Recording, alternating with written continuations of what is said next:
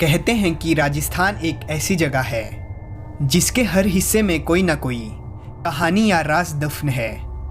और आज की कहानी भी राजस्थान के एक ऐसे ही रहस्यमय किले की है जिसकी कहानी कहाँ से शुरू होती है और कहाँ ख़त्म होती है किसी को नहीं पता। हेलो दोस्तों, नमस्कार। आप सभी का एक बार फिर से स्वागत है हमारे YouTube चैनल क्रीपी नाइट पर। आज की कहानी एक ऐसे ही किले की है जिसको लेकर तमाम किस्से और कहानियां हैं। और जब भी भारत के सबसे भूतिया और शापित जगहों का जिक्र होता है तो इसी किले का नाम सबसे पहले लिया जाता है। दिल्ली से लगभग 235 किलोमीटर दूर राजस्थान के अलवर जिले में तीन तरफ से अरावली की पहाड़ियों के बीच में ये किला बना हुआ है जिसका नाम है भानगढ़। भानगढ़ किले को साल 1573 में आमेर के राजा भगवंत दास ने अपने छोटे बेटे माधो सिंह के लिए बनवाया था। जब ये किला बनकर तैयार हुआ तो ये बहुत ही आबाद और खुशहाल हुआ करता था और उस वक्त पूरे भानगढ़ में 9000 से भी ज़्यादा घर हुआ करते थे। मगर फिर अचानक से ऐसा क्या हुआ कि एक हंसता खेलता शहर खंडर में बदल गया और आज लोगों के बीच भानगढ़ किले का इतना खौफ है कि लोग वहां दिन में भी जाने से कतराते हैं। बकायदा भारतीय पुरातत्व विभाग, जो कि इस किले की देख रेख का काम करती है, उसने एक बोर्ड पर यह साफ साफ लिखवा रखा है कि सूरज निकलने से पहले और सूरज डूबने के बाद किसी भी इंसान का इस किले में जाना सख्त मना है। यानी कि आप दिन के उजाले में तो भानगढ़ के किले में जा सकते हैं, पर अंधेरा होने से पहले ही आपको वहां से बाहर आना होगा। इस किले के खंडर और भूतिया होने के पीछे की वजह वैसे तो आज भी साफ साफ किसी को नहीं पता, मगर इसको लेकर कहानियां बहुत है। और उन कहानियों में भी दो ऐसी कहानियां हैं जिन पर लोग सबसे ज़्यादा भरोसा करते हैं और सुनते हैं और सुनाते हैं। इनमें से जो पहली कहानी है वो गुरु बालूनाथ से जुड़ी हुई है। कहते हैं कि जब आमेर राजा भगवंत दास भानगढ़ किले को बनवा रहे थे तो वहीं कुछ दूरी पर गुरु बालूनाथ नाम के एक योगी तपस्या किया करते थे। जब उन्हें पता चला कि आमेर के राजा यहाँ पर एक भव्य किला बनवा रहे हैं तो उन्होंने राजा भगवंत दास के पास एक पैगाम भिजवाया और उन्हें अपने पास बुलवाया।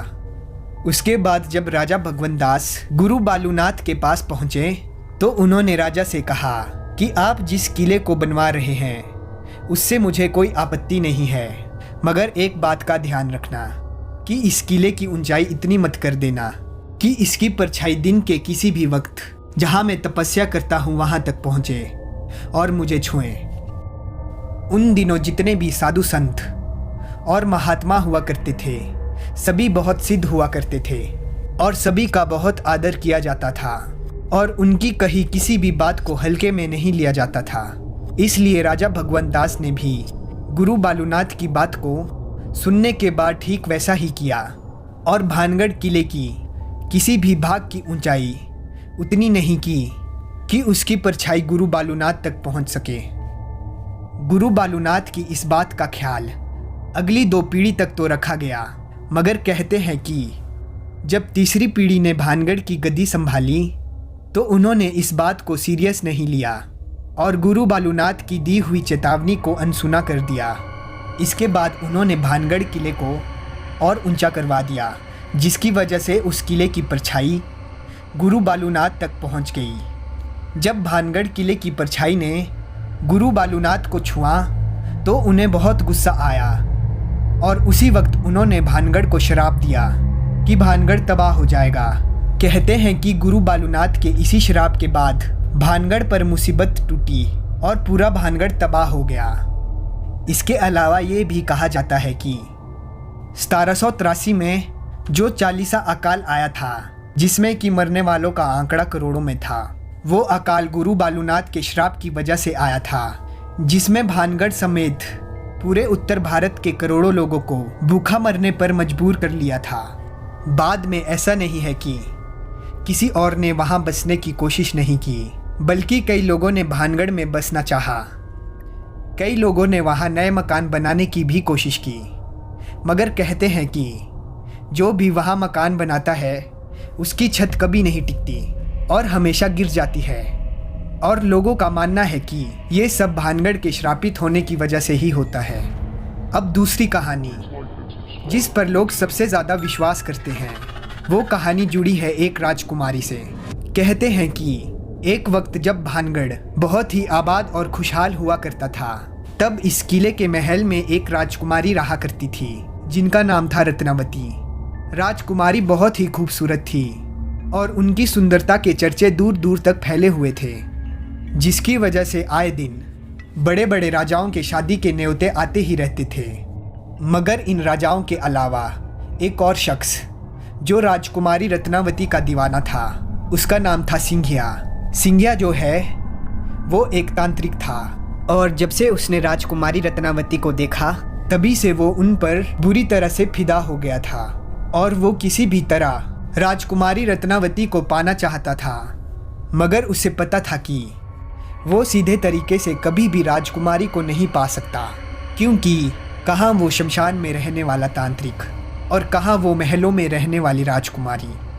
इसलिए उसने राजकुमारी रत्नावती को हासिल करने के लिए एक दूसरा तरीका ढूंढ निकाला और अब बस वो सही मौके का इंतज़ार करने लगा।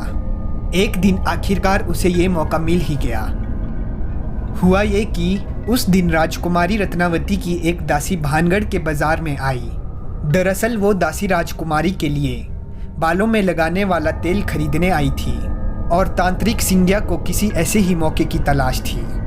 जब वो दासी राजकुमारी के लिए तेल खरीदकर वापस जाने लगी, तो तांत्रिक सिंघिया ने उस दासी को किसी बहाने से रोक लिया और क्योंकि वो तंत्र मंत्र की विद्या में माहिर था, इसलिए जो तेल दासी ने राजकुमारी रत्नावती के लिए खरीदा, उसने उस तेल पर चुपके से काला जादू कर दिया।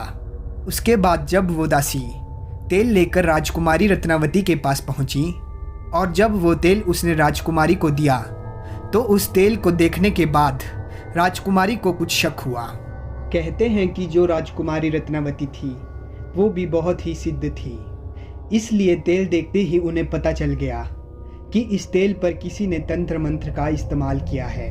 पर जब राजकुमारी ने अपनी दासी से पूछा कि बाजार में तुम्हें कोई मिला था क्या, तो उसने तांत्रिक सिंघिया के बारे में बताया। सिंघिया का नाम सुनते ही राजकुमारी को सारा माजरा समझ में आ गया और उन्होंने वो तेल की शीशी एक पत्थर पर दे मारी, जिसकी वजह से वो सारा का सारा तेल उस पत्थर पर बिखर गया। दरअसल तांत्रिक सिंघिया ने उस तेल पर ऐसा काला जादू किया था कि जो भी उस तेल को लगाता वो उस तांत्रिक के वश में हो जाता और खुद व खुद उसके पास आ जाता। पर क्योंकि राजकुमारी ने शक की वजह से उस तेल का इस्तेमाल नहीं किया, इसलिए राजकुमारी तो बच गई। मगर जिस पत्थर पर वो तेल बिखरा, उसी पत्थर के अंदर वो सारा का सारा जादू टोना समा गया, जिसकी वजह से हुआ ये कि अब वो पत्थर खुद व खुद लुढ़ककर तांत्रिक सिंघिया की तरफ बढ़ने लगा। तांत्रिक सिंघिया ने जब देखा कि एक बड़ा सा पत्थर लुढ़कते हुए बड़ी तेजी से उसकी तरफ बढ़ रहा है, तो उसे सारी बात समझने में देरी नहीं लगी। मगर इससे पहले कि वो कुछ करता, वो पत्थर उसकी छाती पर चढ़ गया और क्योंकि वो पत्थर बहुत बड़ा था, इसलिए अब तांत्रिक का जिंदा बच पाना नामुमकिन था। पर मरते मरते उसने श्राप दिया और कहा कि राजकुमारी रत्नावती सहित इस भानगढ़ के सभी लोग मारे जाएंगे और सभी लोगों की आत्माएं ताउम्र भानगढ़ किले में भटकती रहेगी। इस श्राप देने के बाद तांत्रिक सिंघिया तो मर गया, पर कहते हैं कि उसके मरने के कुछ वक्त बाद ही भानगढ़ और उसके पास एक और राज्य अजबगढ़ के बीच बहुत भयंकर युद्ध होता है, जिसमें पूरा भानगढ़ तबाह हो जाता है। इस लड़ाई में अजबगढ़ की सेना पूरे भानगढ़ में कत्लेआम मचाती है, जिसमें रानी रत्नावती सहित भानगढ़ के बहुत सारे लोग मारे जाते हैं। हालांकि इतिहास में कहीं भी भानगढ़ और अजबगढ़ के बीच हुए युद्ध का कोई जिक्र नहीं है, पर सदियों से यही कहानी सुनी और सुनाई जा रही है। कहा जाता है कि इस युद्ध के बाद भानगढ़ का किला कभी आबाद नहीं हो पाया और ना ही उसके बाद कोई यहाँ बस पाया। वक्त बीतने के साथ साथ भानगढ़ और वीरान होता चला गया और आज भूतों का गढ़ बन चुका है। कहते हैं कि युद्ध में मारे गए सभी लोगों की आत्माएं आज भी भानगढ़ में मौजूद है। भानगढ़ में आज भी रोज रात को बाजार सजता है खंडर हुई इमारतें फिर से खड़ी हो जाती है। अंदर आज भी राजा का दरबार लगता है और राजा आज भी अपने फैसले सुनाता है। वहाँ के लोकल निवासियों का कहना है कि उन्हें रात को अंदर से चीखने की आवाज़ आती है, कभी हंसने की आवाज़ आती है तो कभी घुंघरुओं के बजने की आवाज़। वो ये भी बताते हैं कि भानगढ़ किले के अंदर आज तक जो भी रात को गया वो फिर कभी जिंदा लौटकर नहीं आया, और अगर कोई जिंदा लौटकर आ भी गया तो उसकी दिमागी हालत ख़राब हो जाती है या फिर किसी दुर्घटना में मौत हो जाती है। इसके अलावा एक और चीज़ इस किले के बारे में मशहूर है, वो ये है कि जब भानगढ़ और अजबगढ़ के बीच युद्ध हुआ तो उस वक्त बहुत सारा खजाना भानगढ़ के किले में छिपाया गया था, ताकि बाद में जब भी मौका मिले उसे वहाँ से बाहर निकाला जा सके। और इसी खजाने को आम लोगों की नज़र से बचाने के लिए ये अफवाह फैलाई गई कि भानगढ़ किले में आत्माओं का वास है। पर क्योंकि भानगढ़ और अजबगढ़ के बीच हुए युद्ध का कोई इतिहास है ही नहीं, इसलिए वहाँ किसी खजाने के छिपे होने की बात में भी कितनी सच्चाई है उस पर भी सवाल खड़े होते हैं। एक कमाल की बात और है कि हर किले का शुरू से लेकर अंत तक अपना एक ही इतिहास होता है।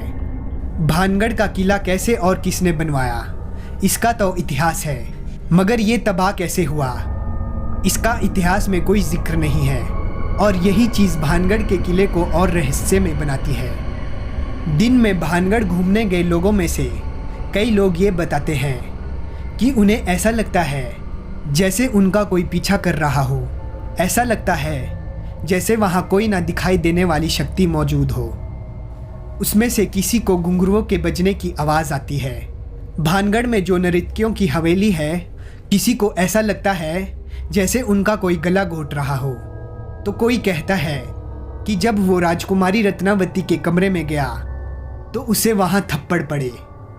इन सब खबरों के आने के बाद तब से लेकर अब तक कई बड़े न्यूज़ चैनल की टीम और पैरानॉर्मल सोसाइटी ऑफ इंडिया के लोग रात के वक्त वहाँ जाकर भानगढ़ की पड़ताल कर चुके हैं। वो सभी लोग अपने साथ भूतों या आत्माओं की मौजूदगी बताने वाला डिवाइस भी लेकर गए। उनकी पड़ताल में उन्हें भानगढ़ के किले में नेगेटिव एनर्जी तो मिली, मगर वहाँ किसी आत्मा का वास है या नहीं इसका कोई सबूत नहीं मिला, और ना ही उन्हें कोई सजे हुए बाजार दिखे, ना ही कोई राजा का दरबार।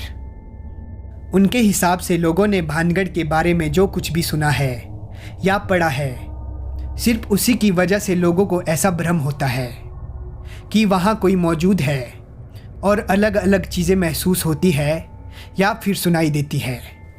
इसके अलावा भारत सरकार की तरफ से रात के वक्त किले में एंट्री बैन करने की वजह से भी इन भूत प्रेत वाली बातों को हवा मिली। मगर वहीं दूसरी तरफ लोग आज भी इन किस्से और कहानियों को सच मानते हैं, और उनके हिसाब से भानगढ़ के किले में आज भी भूतों और आत्माओं का वास है। कुल मिलाकर आज भी ये किसी को नहीं पता आखिरकार 300 साल पहले भानगढ़ में ऐसा क्या हुआ था कि वो ऐसा वीरान और खंडर बन गया और पूरे भारत की सबसे डरावनी और भूतिया जगह कहलाने लगी।